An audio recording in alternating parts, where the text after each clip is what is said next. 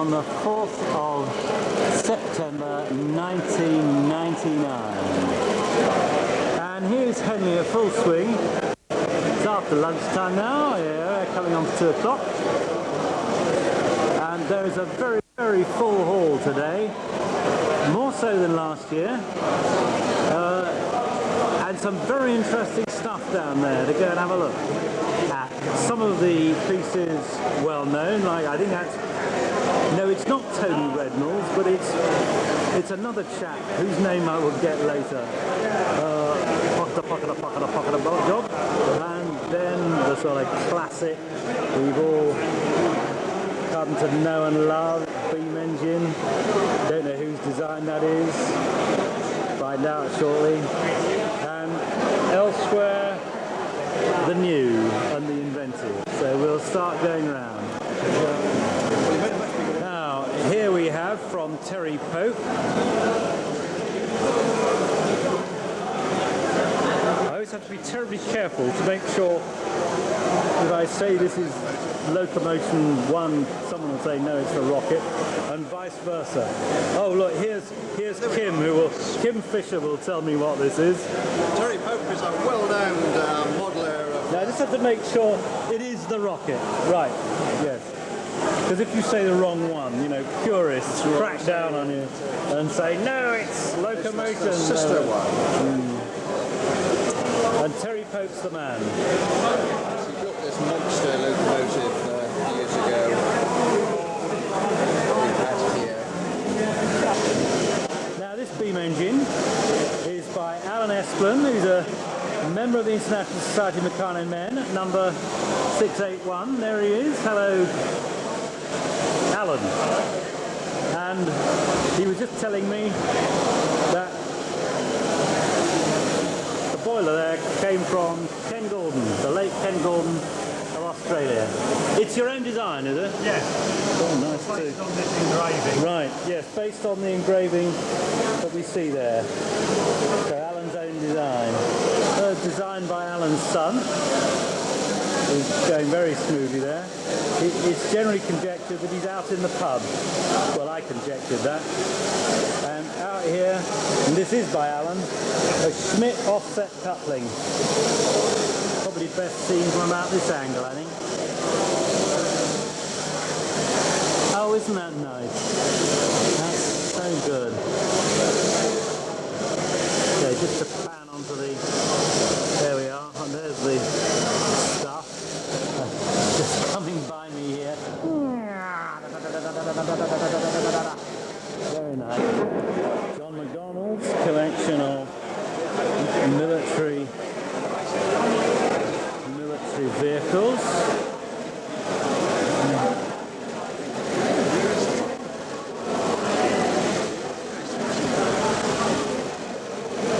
Oh, look at the heavy duty on that. That's a kind of track there. World War II Diamond T tractor. A Rogers trailer. A Sherman M4A3 coming up there.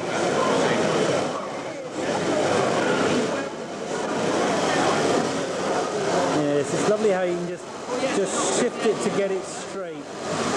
Yes, there it goes. Beautiful.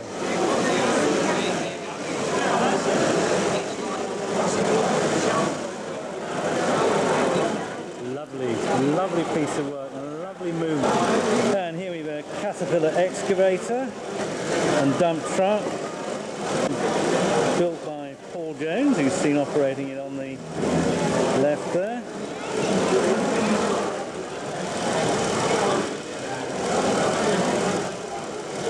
But interesting to see on children still are. They may not be able to make it out of the modern sets in the market, but they're certainly fascinated to watch it.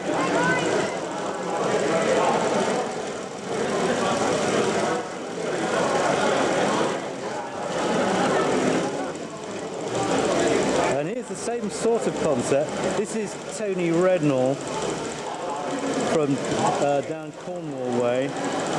Same concept of a excavator. Tony's forte is to have all of the works showing, and I'll go down there and take those close up. Of course, this is only a tiny part of what these motors can do. They've got the hydraulics all up the arm there, simulated hydraulics. Of course, Meccano doesn't do true hydraulics with fluid, but simulated in Ford. Nice little pocket motion there. Here's Ron Garside, the registrar of the International Society of Meccanomen. He's brought a level luffing automatic grabbing crane. He's busy in conversation now, so not showing it. Perhaps we'll come back in a few moments. T-65 X-Wing Starfighter. George Illingworth from Kenilworth. He's here with the ability to make that thing open and close its wings. He's having a cup of tea at the moment, I think. We'll come back and see that in action later. A miniature offering from George Howard from Runnymede Meccano Guild. That's a nice little model that really someone of any age from about 7 upwards could make. This is a lovely idea. Development of the original Meccanograph, which is a very popular model 40, 50 years ago. It's been up, well, many designs produced. And this is a design by the Nightingale family. Don't know how a family builds a Meccanograph, but shown in this instance by you are, sir, of the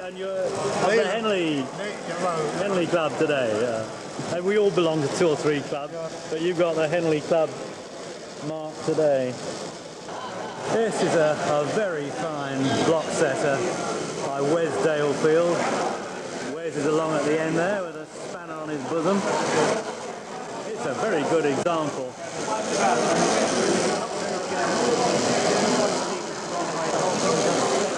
It says what example it is here. No, it doesn't. Seriously redesigned. I'll have to ask him. Well, something by Wes Dalefield on a more miniature scale. These helicopters made from, well, certainly parts in the current sets, I should say, at a quick look. Back on the Wes Dalefield block setter.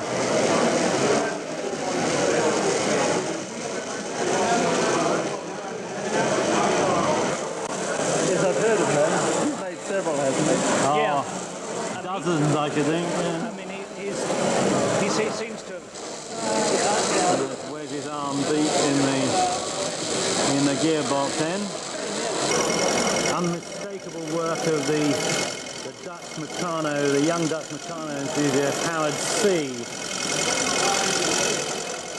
All that's visibly running here, the windscreen wipers at the moment, that this beast will doubtless motor on the road and carry an adult on it. Oh, there we are. We've got a driver. We've got a driver.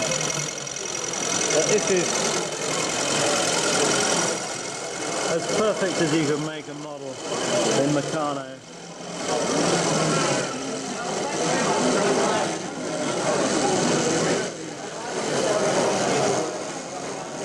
Stated to be on the label here an Oshkosh off-road truck. He's even got a little exhaust cap moving. Now these models are from the Meccano collection series. So these were, when put on the market, these were aimed at the child of today. Many children today would find them quite difficult to make, I think, as they're pretty intricate. And the steam plant designed by Andreas Konkoli, the Hungarian, the very, very famous Hungarian Meccano enthusiast, and built by Ray Senior, who passed on in the last 12 months. Now, Eric Spooner of Runnymede Meccano Guild built this. It's in the same sort of category of model, you might say, as the off-road truck we've just been looking at by Howard C. And there are 3 steam engines here.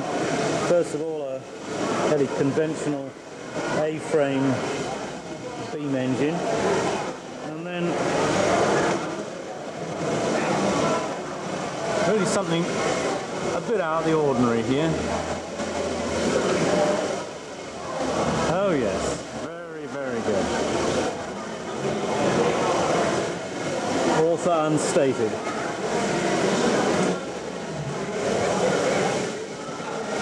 So that one doesn't seem to have the conventional governor. This one does. That's a model of a French locomotive. One finger power. Sorry? One finger power today. Ah.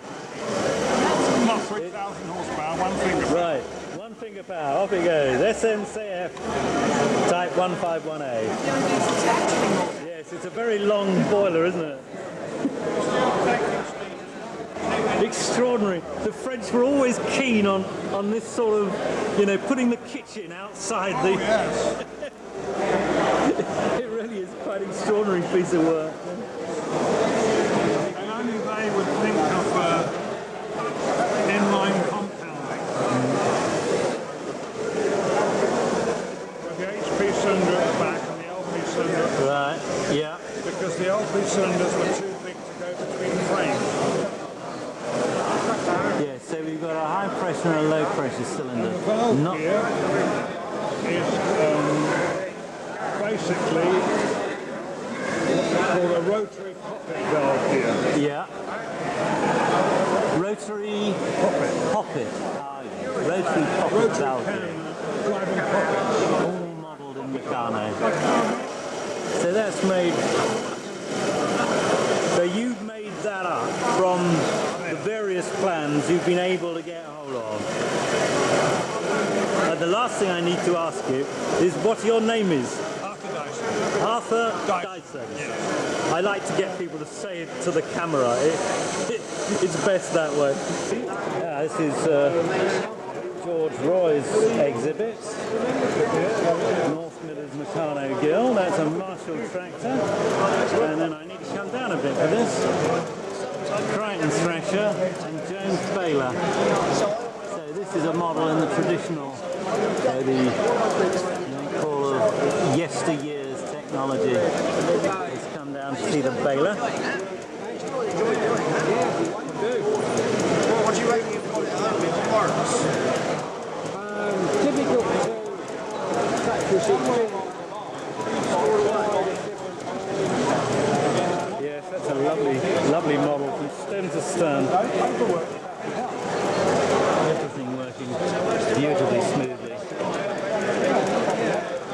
And there's George Roy, who can feel justifiably proud of his exhibit. Congratulations. No, this isn't George at all, it's a different George. So the owner of the model has gone off for a pint or something. That's right, he's my drink. Is this your little rocket I've got a locomotive? beautiful Ferris wheel, but it's too big to bring today. I would love to have brought it. It's Yeah. a beautiful thing, but it's far too big to get in the car. Now this is an example from Jim Gamble, I think the acknowledged, or one of the acknowledged leaders of the historical collectors, and he's chosen today to show blue and gold.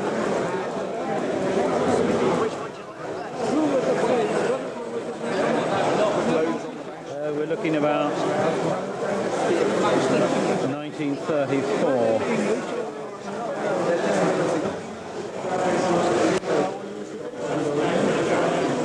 That's one of Michael Molden's superb fairground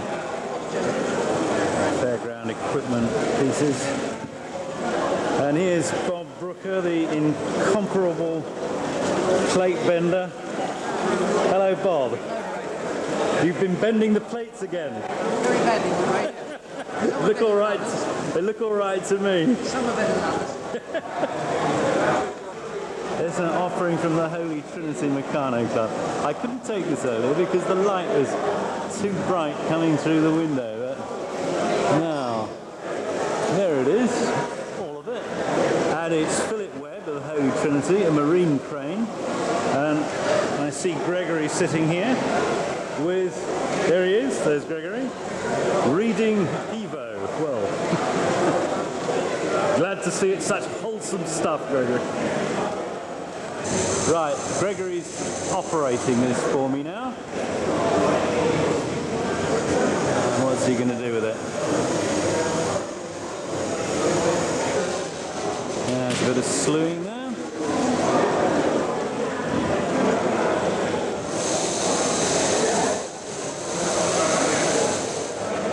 So we've got two hoists on this one. It's just operating the small one, and there goes the heavier duty.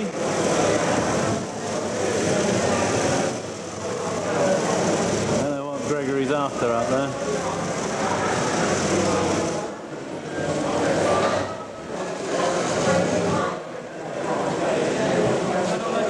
Okay, let's get Alan Partridge's latest ping pong ball mover about her. Always fun.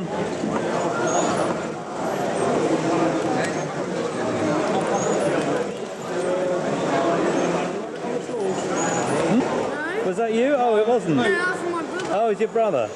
And this is the Meccanosaurus. Meccanosaurus. Meccanosaurus. We call it Stegosaurus because it staggers. It's been on the booze, isn't it? Ah.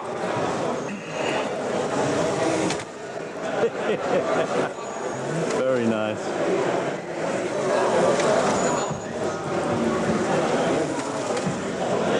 Well, it's slow but steady. Yeah. Yeah, another old classic, the Wetherill winding engine. This is one of Eddie Oakley's. And oh, well, of course, yes, this is recognisable as Eddie. Oh, there's some fine stuff here. Williams, we have to talk business.